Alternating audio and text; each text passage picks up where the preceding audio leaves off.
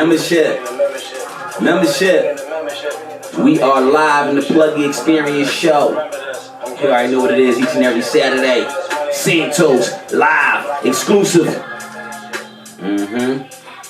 Membership.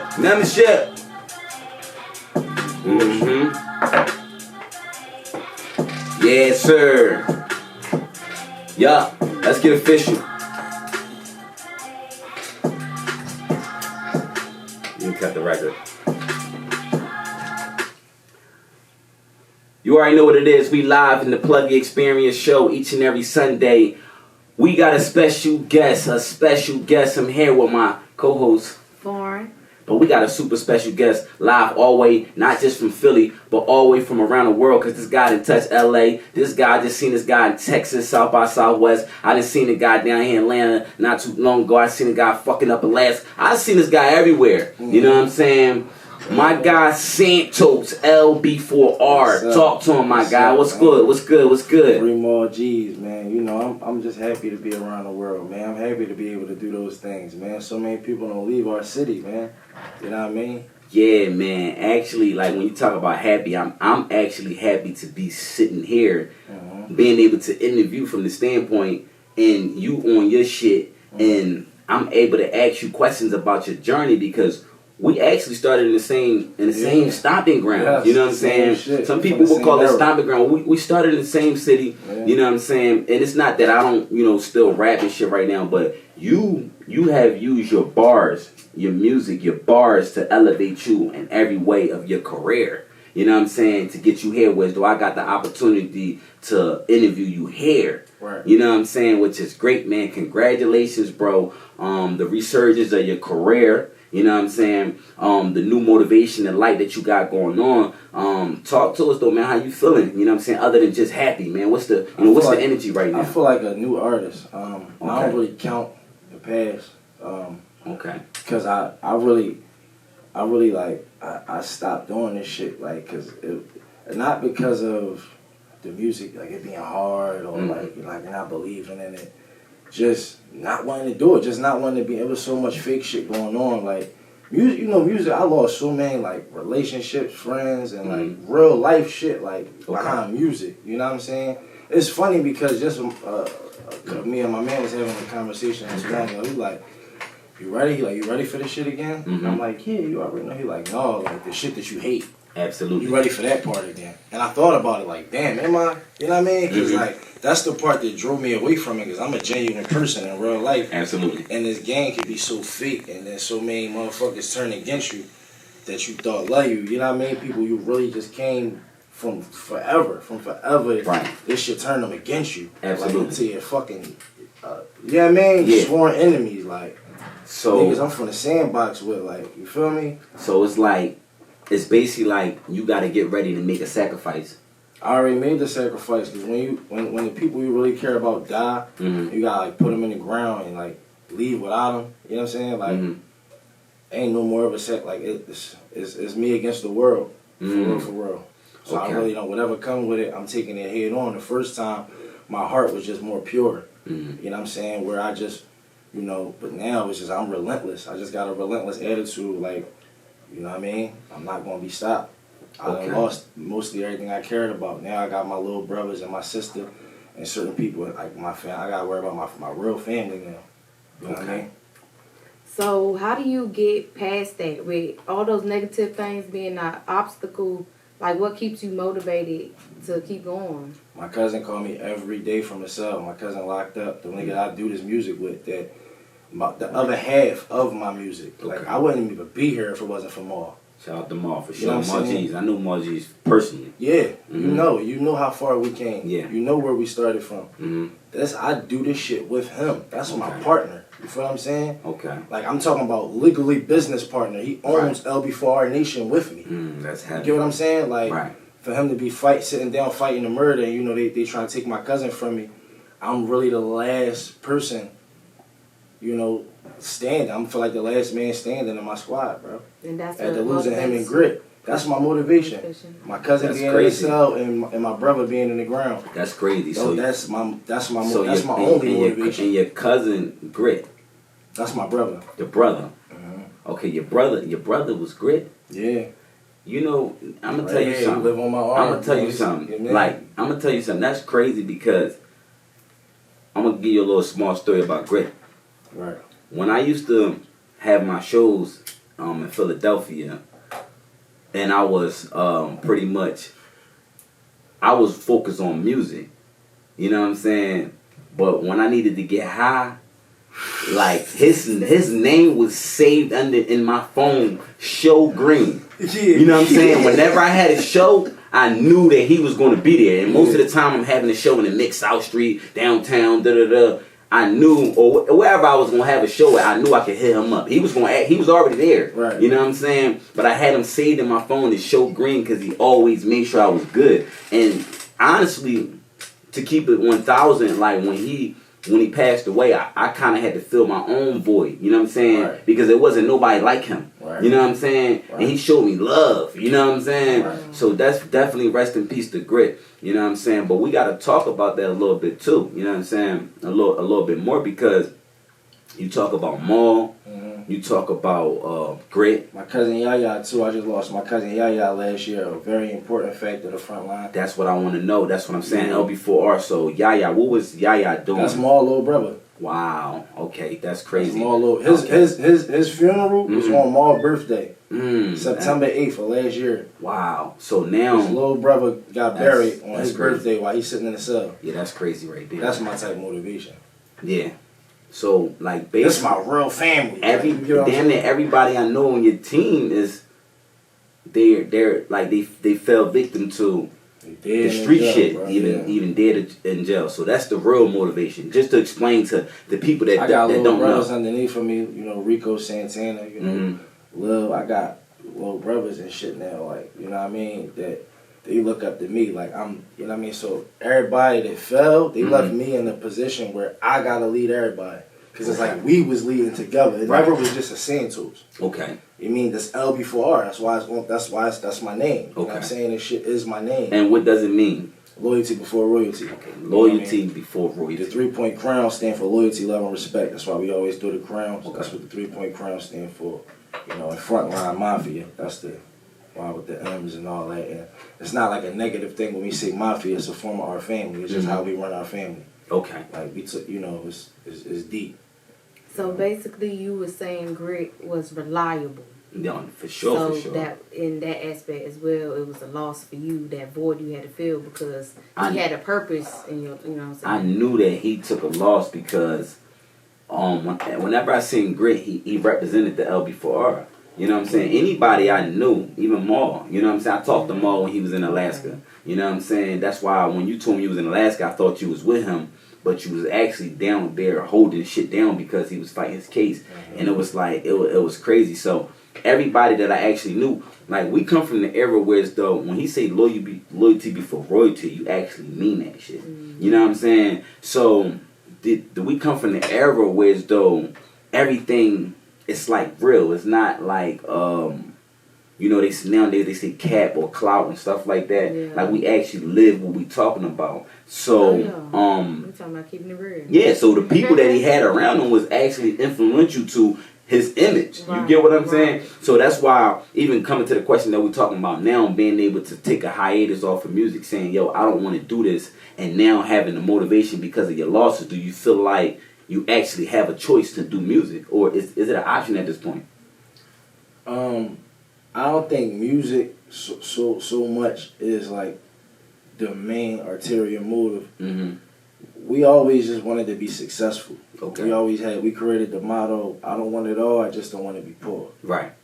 So we always knew music was going to open the door. Absolutely. We always had bigger dreams to do other things. Right. So even if it's not music, you know, I'm going to make it several different ways. You know what I mean? I done spent too much time in California. Right. You know what I mean? Studying money. You know, so as long as I did make a promise, because we all took an oath. So as long as I fulfill my obligation, I can die a happy man. You just want to be successful. Yeah, but it's not even just success. I want LB4R, like what we believe in, this thing of ours, to be national. I want everybody. Our story is not going to go like our chapters is not going to be erased. Right. You know what I'm saying? I'm going to put our stamp, just like people had their times. I don't want to get too biblical, but any religion they believe in, from the Bible, Quran, whatever. Right. You know, people in those times that, you know, left their marks in history. Yeah. Anything. You want to leave a legacy. I want to leave that. I want to leave us in the record books. Absolutely. They can't just not know about us. Right. If it dies with me, if I get killed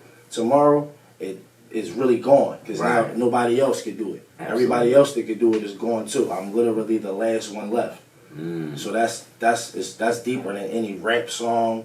I don't care about really Grammys, none of that, bro. You know what I'm saying? As long as I leave this legacy, and I'm talking about through wealth. Okay.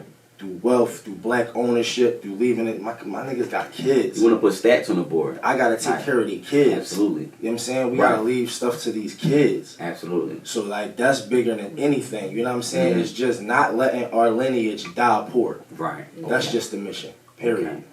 You feel me? So it's not that it's not an option. It's just one of many talents, but that's the talent you like. I'm going for. That's what I have mostly. I mean, that's since I've been a kid. That's what I knew how to do the best. I never was good at sports. See, that's my shit always came from. My brothers played sports. You know what I'm saying? My dad's side, my brother John is buried with a football. You know what I'm saying? My brother got killed. My brother killed my brother by accident. Wow. And he died at 14. He played football. He was very nice. You know what I'm saying? My other brother under him played football. My dad football. Like everybody from my dad's side, sports niggas. I grew up with my mom. You feel what I'm saying? Right. In a different type of environment, different type of household. So I never got the talent that they had. Okay. But I knew how to. I love music. I had things for music always. So like I had a little karaoke machine, all that. I was like 7. You know what I'm saying? Right. I used to spit Tupac shit.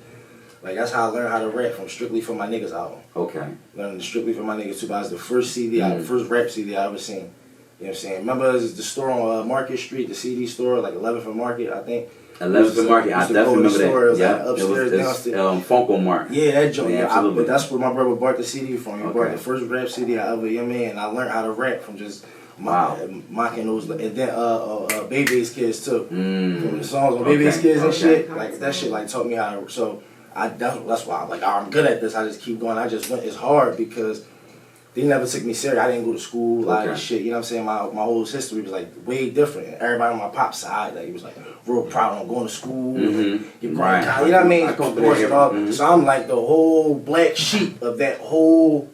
You know what I mean? Right, because you took a different So I was route. just trying to prove myself more.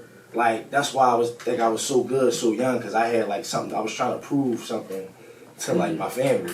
Okay. That like I wasn't like you know what I mean? Just like a fuck up. piece Like of shit, right, you feel me? right. Like, So you was going hard. cause they all, cause my dad, you dumb as shit. Like you used to, say shit, he ain't know, like, and he be like, I ain't say that. He ain't mean it like that, but it's just like, because when you know your son can be smarter, you right. know you got a 11-year-old son, you know he's not in school right now, and you can't really do nothing because his mom got custody of him. So you know, chose crib, not to go to school, or you just wasn't able to go to school? That wasn't really my choice. Okay. My mom, I got into some shit in school. Okay. I stabbed somebody with a pistol. It was some regular shit. Mm-hmm. They made a big deal about it. My mom is a They made a big deal about it. No, it's because it's not really a big. This is regular school shit, right? Okay. But my mom is a social worker. Okay. My mom had the thing that she can't like me prideful. She don't like, she can meddle with everybody else's kids, but she don't want nobody telling her about her kids. Right. So when she felt that heat a little bit from the school system, she just didn't like it and was like, well, I take him out of school and homeschool him. Right. Like I don't even. So that's what she thought she was going to do, but she did it legally and it worked. And then she sat me in the crib. I remember with a fucking computer. I think it was some shit like that, and or the computers ain't come yet, but with books and all that, and it was like she'd sit there for like 30 minutes and say this and be like, all right, do it, and then leave out. I don't know how to fucking do this shit. I went outside. No schoolwork, right? No, I just went outside. But legally, the school district never thought I, you know what I'm saying? They didn't think, they just felt like you was in good hands. Yeah, I was down the street. So let me ask you a question. How long did you stay homeschooled? Right. I didn't go back. I just know, because I never did any. I just know I didn't go to school. I got took out of school in 3rd grade. And I didn't go back to school until my mom kicked me out when I was 13. Wow. Because she got tired of that shit. And then she sent me to my dad's crib, and he made me go back to school. And at that time, I was supposed to go back in the 8th grade. I was supposed to be in 8th grade, but I remember I was sitting in there with them. They couldn't find my those public records, those school records of me, period. Okay. And I remember him telling my dad, because he was telling him what grades put in, and they like, Old school, he's not in the Philadelphia Right. public school record At system. all. We See, can't find Right, that's crazy. him. There's no him. CPS ain't get involved Yeah, so they don't even know. They don't My even. mom is very clever. She's a Right. social Right. worker. You gotta think she had foster kids. She raised 5 foster Right. kids. So You know what I'm saying? So you was able to get where you needed to be in the proper grade. They put me in 7th grade. You Was that you the- I was passed supposed to go So tests? they was just One like, level, yeah, right. they was just like, well, we just put him in the We gonna put 7th. it sound right. You ain't have to pass no And that's tests, lit. so they Right, can you ain't had to do gauge nothing. what- No, I don't think. I think they. Yeah, I took tests. You know what? That's when I think they tried to deem me slow a little bit too. Because Okay, I they remember tried to going give to you like the a test. slow board. They didn't think I knew about it, and he gave me a slow test. Yeah, I knew okay. it. I wasn't. I'm like, and so I think like they really thought I was retarded. My mom didn't. You know, my mom She wasn't didn't. going for it, right? No, she knew I was. My mom Yeah. know I'm bright because Yeah, right. she take me to business meetings with her Right. since She I was wouldn't 6 even years put you old. in homeschool if she ain't knew you was. She take me to capable. business Right. meetings with her since I Right. was like my mom was no slouch. Right, You know what I'm saying? She knew how to scheme the system, all that. She just wasn't. She wasn't educated herself. My mom was an orphan. Her mom left her on the steps. Right. My mom ain't had no been parents. knocking doors down. My mom was a soldier. You That's feel what I'm crazy. saying? Like Right. she just like she don't know. Try to She never finesse been to certain school either. situations for convenience, but Right. still a positive. Right, end but result. you know, Omi Sharp, you feel me? But she taught me a lot of different shit. You get what I'm saying? I just wasn't in school. Mm-hmm. You get what I mean? Right. Yeah, I was more like the man of my So let house. me So ask we was you a more question. friends than anything. Okay. So no, that's definitely dope. That's a great learning experience. Right. What do you feel better, homeschool or real school? Oh hell no! I wouldn't tell nobody. I wouldn't advise homeschool for nobody. Wow. Wow. It kills the character of the kid. Wow. And you're not gonna have no personality if you don't know how to. Social. Yeah, the social. Social That's why awkwardness. I'm socially. I Yeah. don't like being around nobody. Right. I really don't. I'm not gonna say hate. I really don't like people. Right. Because I don't. you wasn't forced to be in that environment. Because You didn't have to and be in plus, that environment. because I realized when I was so young, shit like therapy talking Mm-hmm. y'all. When I realized Yeah, so right. young that I start building attachments with people Mm. because I was missing the attachment from not having friends going to school. Okay, so false Everybody attachment. everybody I was around was older. I was Oh, always, since I was like from 9, 10, 11, 12, always was older people. Right. Because you wasn't in your. I never hung around people my age, ever. That's why I like older women so Right, much. You know what I'm right. saying? I never really hung with people my age until my dad put me back in 7th grade. I remember sitting I swear to God, on grit. I remember sitting in the lunchroom the first day and felt like I was watching the Animal Planet. Just seeing how they was interacting with each other. Okay. Yeah, wow, that's crazy. How That's goofy crazy. 12-year-olds are. This is Right, 12-year-old that's kids. crazy. I'm 13, but I hang Wow. with 20 niggas in their 20s every day. That's on grown man Right, shit. so it's I'm just seeing like- how they goofing around and acting. I'm like, I don't want to be It here. wasn't That's some even weird shit. it was weird to you. They right. weird as shit. I Right. don't want to be around these kids. They little That's kids crazy. to me. Right. What right. made They only a year younger than me though. Right. So then I stopped going to school. Uh-huh. It was like, I think I like 2 months. I ran away from my dad's crib because he was militant So too. trying to keep you in the mix. Listen, this Right. nigga, no. He made me go to sleep at 10 o'clock. Oh man. Shout out to my pops was militant too. 10 o'clock, bro. I'm talking about shit shut off. The light gotta be off. You gotta be in the bed, bro. I'm from West Philly. Right. All I know is Chinese stores and being outside all night. Right, absolutely. Doing I live in Mount Airy now. I'm on Carpenter Lane. It's fucking quiet as shit. It drove me crazy. I cried going to sleep one Around night. that time, yeah. No, I cried myself to sleep, bro. Because you was mad. You had to go to sleep. One night, I never forget. And they thought they came to school to pick me up, and I wasn't there because I knew I'm not dumb. Your kids don't. 10 o'clock is over with. My dad, see, they all in So the what was cars that- and shit. what I was know that? the public train. I caught the R7. I knew to take that shit back to 30th Street and You get was on the really, L. you was really traveling when you was hopping on the R7s and shit like that. Like if you wasn't traveling until you started doing shit like No, that. I've been traveling. My mom So- took me to New York one time and told me I had a friend in Brooklyn and she was in Manhattan. And I was like, yo, I want to go to Brooklyn. You take me to Brooklyn? She was like, nigga, go yourself. She gave me- How old were you? I was 11. Oh, yeah. My mom was like, go ahead. I swear to God. And she taught me how to, because she taught me how to read before you go too the crazy, schedule. how old? I mean, what time was you actually going to sleep and coming in the house? If it wasn't 10 o'clock at the age of You talking about before my dad? yeah, before your pop. Because that shit lasted 2 or 3 months. I couldn't do that shit. Yeah, what was the norm? Came in the house when that's When you why felt like she kicked me out. Okay, eventually. you was just But you know what's ill? So after my mom kicked me out, right? mm-hmm. And then I went through the shit with my pot and I ran away from my pot crib. I went to my brother's crib. Wow, okay. So I ain't had to live with either one of them. Right, you was good for My him. mom ended up getting evicted, and she had to come live with us. Oh, shit. She started regulating.